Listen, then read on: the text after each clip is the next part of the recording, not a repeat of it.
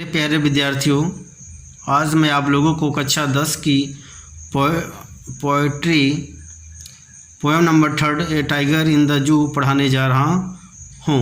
Summary of the poem हम लोग देखेंगे इंट्रोडक्शन में कि it is a lovely poem given by Leslie Norris. यह बहुत ही प्यारी कविता लेस्ली नॉरिस के द्वारा लिखी गई है। The need of freedom has been expressed through this poem. स्वतंत्रता की आवश्यकता को इस कविता के माध्यम से दर्शाई गई है कि स्वतंत्रता की कितनी आवश्यकता हर एक प्राणी को होती है। डिस्क्रिप्शन ऑफ द पोएम में हम देखेंगे कि the poem makes a comparison of a tiger in the zoo to the tiger. यह कविता चिड़ियाघर के एक बाग से तुलना करती है। यह कविता चिड़ियाघर के एक बाग से तुलना करती है। एक बाग जो चिड़ियाघर के पिंजड़े में कैद है और एक बाग जो जंगलों में स्वतंत्र रूप से आज़ादी रूप से घूम रहा है इन इट्स नेचुरल हैबिटेट, अपने प्राकृतिक स्थानों पर, अपने प्राकृतिक निवास स्थानों पर। The poet tell us that a tiger in the cage is not free. कवि इस कविता में बताता है कि जो बाघ चिड़ियाघर के पिंजड़े में है वह स्वतंत्र नहीं है। He moves in his concrete cell. वह छोटे छोटे कंकड़ों से मजबूत बने हुए उस जेल में, उस कोठरी में इधर से उधर घूमता रहता है। इन ए वेरी एंग्री मूड, बड़े ही गुस्से मूड में वह उस कोठरी में घूमता रहता है।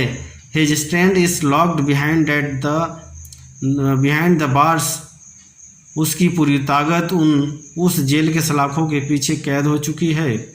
वाइल द टाइगर, जबकि the tiger in the forest, कवि कहता है जो बाघ जंगल में स्वतंत्र रूप से खुले रूप से घूम रहा है, is free to roam here and there, वह स्वतंत्र रूप से इधर से उधर घूम रहा होगा। ही हंट्स फ्रीली, वो अपने हिसाब से शिकार भी स्वतंत्र रूप से कर रहा होगा। He eats food of his own choice, वो अपने मनपसंद का भोजन भी कर रहा होगा। He growls and shows his white teeth, वह अपने नुकीले और सफ़ेद दांतों को दिखा रहा होगा। Thus terrorism the people living in the house by area of the forest. जंगलों के क्षेत्रों के आसपास जो भी घर होंगे, बसे हुए घरों को चीता जो है बाघ, वह लोगों को डरा रहा होगा। About the tiger behind the bars ignores the visitors at night. इसमें कवि कहता है कि जो चिड़ियाघर के जेल में कैद बाघ है वह आने वाले विजिटर्स, आगंतुकों को वह ध्यान नहीं देता है, उन्हें इग्नोर कर देता है। At night he feels lonely, रात्रि के समय में वह अपने आप को बहुत ही अकेला महसूस करता है। And stairs eight shining stars, वह चमकने वाले तारों को घूरता रहता है। वह तारों को इसलिए देखता रहता है ताकि उसे नींद आ जाए। He longs for his freedom and hears the sound of the patrolling car while in the cage.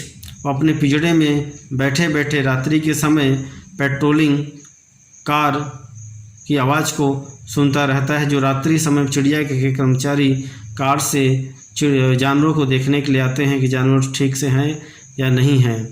Conclusion में हम पढ़ेंगे the poem highlights the important of freedom. यह कविता सबसे महत्वपूर्ण बिंदु पर प्रकाश डालती है कि आज़ादी in the leaves of living beings,